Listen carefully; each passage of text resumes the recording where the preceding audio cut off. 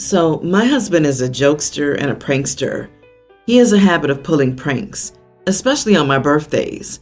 He judges my reactions as overreactions and says I should loosen up and be extra happy because he thinks he's making my birthdays extra funny. But it actually upsets me and puts me in a position where I get laughed at and recorded by his family. He planned for my 26th birthday this past week, which was held at a restaurant. I told him I wouldn't go if he was going to pull one of those pranks he's famous for because it's a public place and I didn't want to be publicly humiliated. He swore on his mom, on the Bible, promised me, and brought 2 witnesses. He wrote an agreement stating he'd pay money if he pulled a prank. I believed him and said that I'd go. I had to cancel with my parents who wanted to celebrate at their house. The day of my birthday, I got a text from one of his friends' wives telling me she heard him tell her husband about the prank he was going to pull at me at the restaurant. I was stunned as she detailed what the plan was going to be. I felt so upset and anxious. He went ahead and got to the restaurant to ensure all was set. I ended up deciding not to go. He started calling and then texting, asking where I was, and saying that the party was going to start without me. So I turned my phone off, went to my parents' house and had a small party. I went home at 7 p.m. and found my husband fuming. He lashed out, asking why I didn't show up to the party after he had put money, time, and effort into it. I told him why, and he called his friend's wife a liar, reminded me of all the promises he had made, and accused me of not trusting his word. I said I couldn't take the chance and risk having him ruin another birthday of mine. We had a huge argument.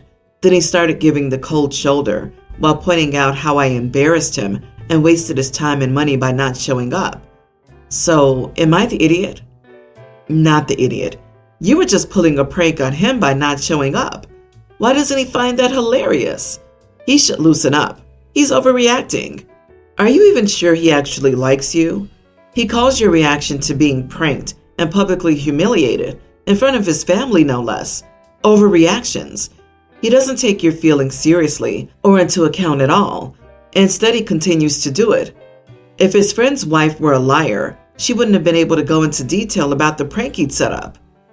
Every story I've seen about pranking is just immature idiots using pranking as an excuse to be immature idiots. He probably got the friend in on it and was going to carry out the prank so that it wasn't him doing the pranking, thus him not breaking the agreement.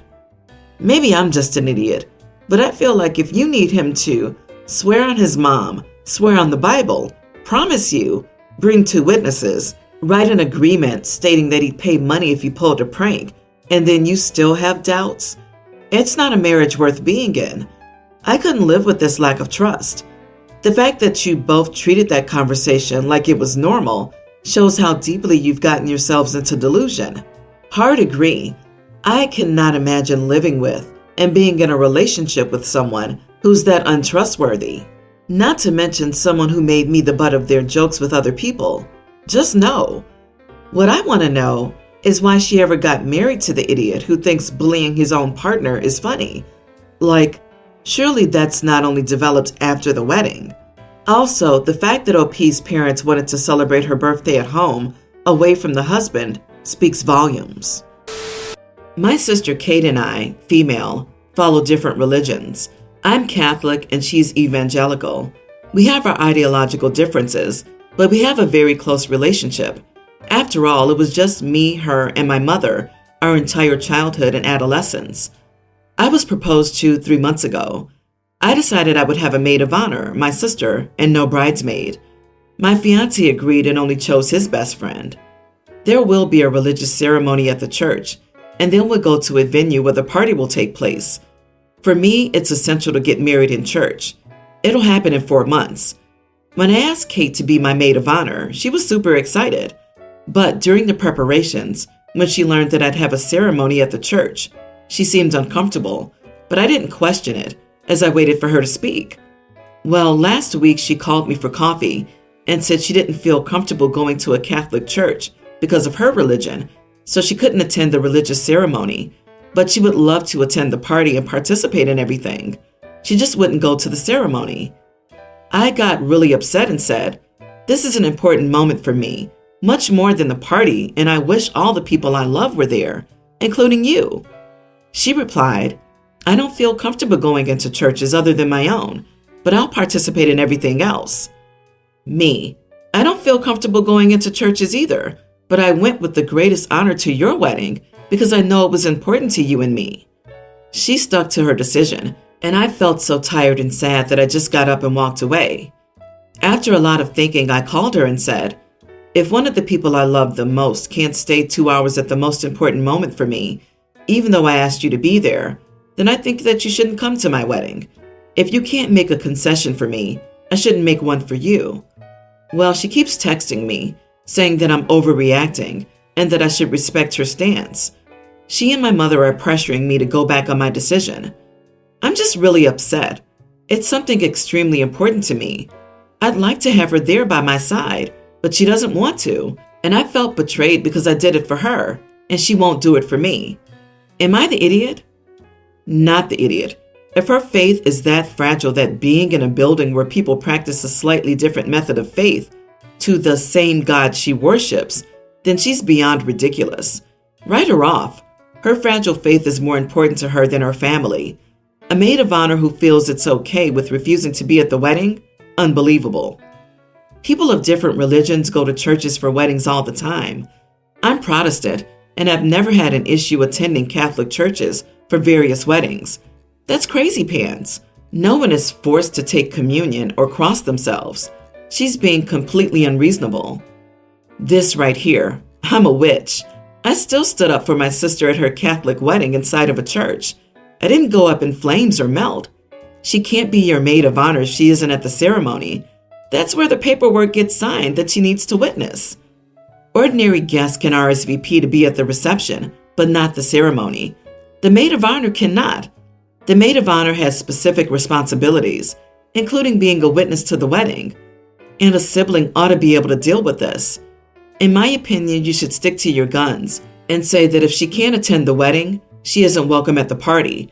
Ask her to point out how attending this wedding is contrary to her faith. I had a daughter several years ago. My girlfriend and I broke up before we knew she was pregnant, and by the time my daughter was born, she was dating another guy. He seemed like a nice guy and wanted to be in my daughter's life, and I wasn't interested in staying in her life, so we all just agreed that it would be best if he raised her instead. However, I didn't give up my rights because I feared I'd regret it someday. I was right because as time passed, I started to regret my decision and decided to meet my daughter, and she wanted to meet me as well. This has so far been the best decision I've ever made. She's adorable, and I love her so much. I met her a few months ago. I asked her mom if I could take her on a trip. Unfortunately, since we returned from our trip, my ex has stopped me from seeing my daughter, always making excuses like she's busy with homework or not home now. Yesterday, my daughter called me and angrily asked why I left again. I asked her what she meant, and she said that that was what her mom had told her. I called her mom and blew up at her and asked her why she would say that to her, and she started yelling at me, saying that I made their life so much harder by being a Disney dad because my daughter keeps comparing me and her stepdad and asked him why he doesn't play with her or take her to a trip. And recently, she stopped calling him dad and then hung up the phone. So I came back into my daughter's life, and it's been going really well, but now my ex says I'm the idiot. Edit. I can't take my daughter half the time because it's too soon. I've only been in her life for 4 months. She barely knows me. So, you missed the late night feedings, the diaper changes, the sleep deprivation, the sickness, the tantrums, all the first, etc. And now you just want to waltz in and play daddy for the good part? Yeah, you are the idiot. They're right.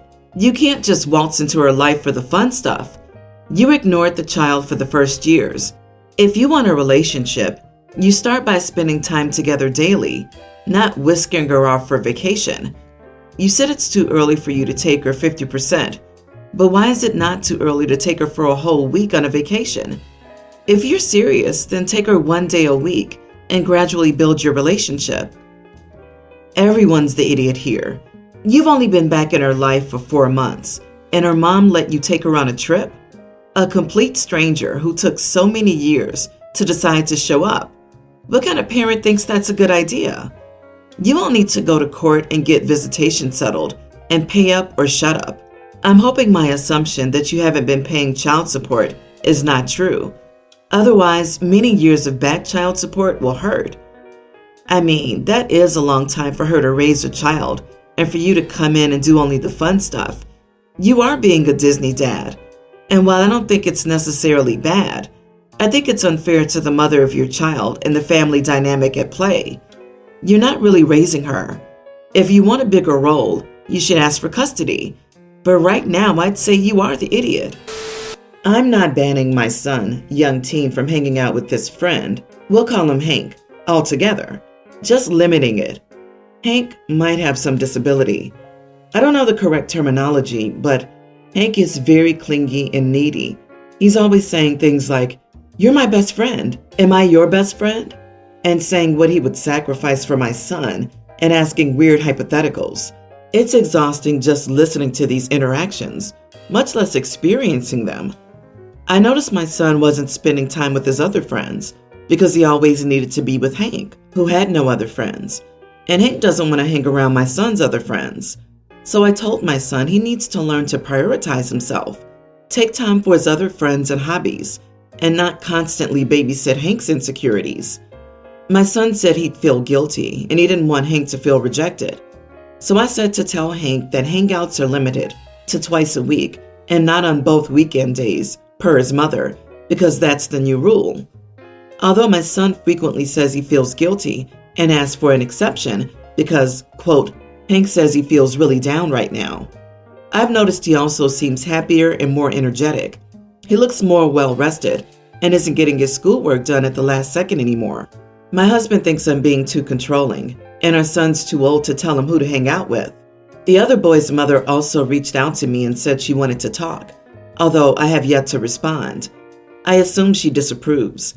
Even my son, who admitted he is less stressed now, said he feels guilty and that I'm being mean. But am I? It's hard to argue with a majority, but also, it's hard to argue with results. Am I being a witch to this poor kid? Not the idiot.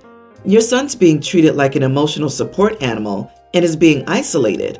It might not be intentional, but it's still happening. Your son feeling guilty about not being able to hang out with Hank all the time doesn't mean it's healthy for him to be with Hank all the time. Frankly, it sounds akin to an abusive relationship. Feel too guilty to leave, isolation, being someone's only support system, etc. Hank needs to talk to a therapist or an adult in his life or something, but all of Hank's problems are not your son's problems. And if Hank refuses to hang out with the other kids, it's not on your son to soothe his anxiety every time. Hank is insecure, but that doesn't mean your child has to be his crutch. It's a valuable lesson for all when it comes to friendships and romantic relationships. You can't infinitely actively sacrifice for someone. You deserve support and happiness too. You can't help someone that's unwilling to help themselves. And 100% of that responsibility is on you to make their lives tolerable. However, you won't always be there to establish boundaries on your son's behalf. This is something he'll have to learn to do for himself in the future. So maybe you need to circle back with him soon and talk about how things have changed since you imposed this limit. Sure, he feels guilty, but what else is he feeling? What has changed in his life now? What are the positives and negatives of this change? As for Hank's mother, that's a different subject, and you aren't necessarily obligated to explain yourself to her. I've been dating my girlfriend for over a year now. She has one daughter, Haley, teen, who has a birthday in 2 weeks. I have a daughter of my own and I share joint custody. We'll call her Daisy, a tween. Her mother sees her on the weekends, but she doesn't care for Daisy outside of her weekend visits due to her struggles. Even then, when she's returned, she doesn't seem fully cared for, but that's what the court ordered. Our breakup was mutual, so we maintained a relatively chill and friendly co-partnership despite her issues. I've been going through hard times. I got laid off from my job 2 months ago and only recently found another position to take up. While my girlfriend does crafts to make money, our savings dwindled during that time. So when my daughter's birthday came up, it was either we threw a party or got her the present she wanted. some $150 microscope kit for kids. My girlfriend and I decided it was better to celebrate privately with a gift for her to enjoy. We didn't invite family or friends over to avoid extra cost and judgments. We wanted her to enjoy her gift and play games with us. Daisy seemed a little disappointed when we explained how we would handle her birthday prior, but she seemed to be having a good time and was happy when she knew what to expect. Now it's my girlfriend's daughter's birthday. We now have some money, so I wanted to throw her a nice teen birthday. I'm not sure if this is still a thing people consider a big deal, but when I was a teenager, all my female friends had big parties for this birthday. During the planning, my ex suggested buying a full sheet birthday cake for Daisy, so when Haley's friends sing her happy birthday, she could also get her Make-A-Wish moment this year and feel special with her sister. She even suggested inviting 2 of Daisy's friends over to spend the night away from the older girls. I told her no, it would be Haley's special day, but Daisy seemed content with what she had. It has also been over a month, and it'd be a bit ridiculous. She accused me of only caring about my new kid and that she'd never snub Daisy the way I am to Haley with her boyfriend's kid, which I believe she does for the sake of that kid. She's been very hostile towards me since. It doesn't seem like she'll get over this soon. Am I the idiot, or was this an unreasonable request? To clarify, Daisy's used to the typical middle-class child party. She wanted something at Dave & Buster's with her friends, but we couldn't do it at the time. As for Haley's, this year we're renting out a local venue with a pool and hosting a party there with a DJ. You are the idiot. The fact you didn't have money a month ago and do now doesn't change the fact that you're throwing an elaborate party for one daughter after having canceled a birthday party for your other one. Of course she's taking from that she's less valued. Or worse, it'll look like you skipped out on her party so you could afford your girlfriend's daughter's birthday. Yeah, the fact that more money's being thrown at the other kid a month later for a full birthday party is just salt in the wound. I might not make a cake and invite Daisy's friends. I might offer her a makeup party on a different date instead. But your ex is right, and you're treating Daisy poorly. There's no reason not to make up for having failed to give her a party. Why are you paying for such a grand birthday party for your girlfriend's daughter? Why didn't you put that money back into the savings account that you had to raid? Why isn't your girlfriend, the birthday girl's mom, paying for this? Unless you won the lottery, how the heck did you suddenly have such a change in finances? Where's Haley's dad in all of this? Why hasn't her mom been saving up for a big party? Also, tell your girlfriend to get a job. What is this, 1940? Agree. She's not even his daughter. She's the girlfriend's daughter.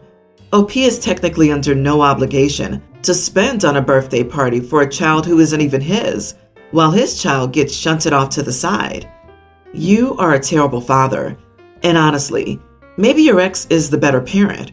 Maybe one day when your daughter leaves you, you'll finally understand how badly you messed up.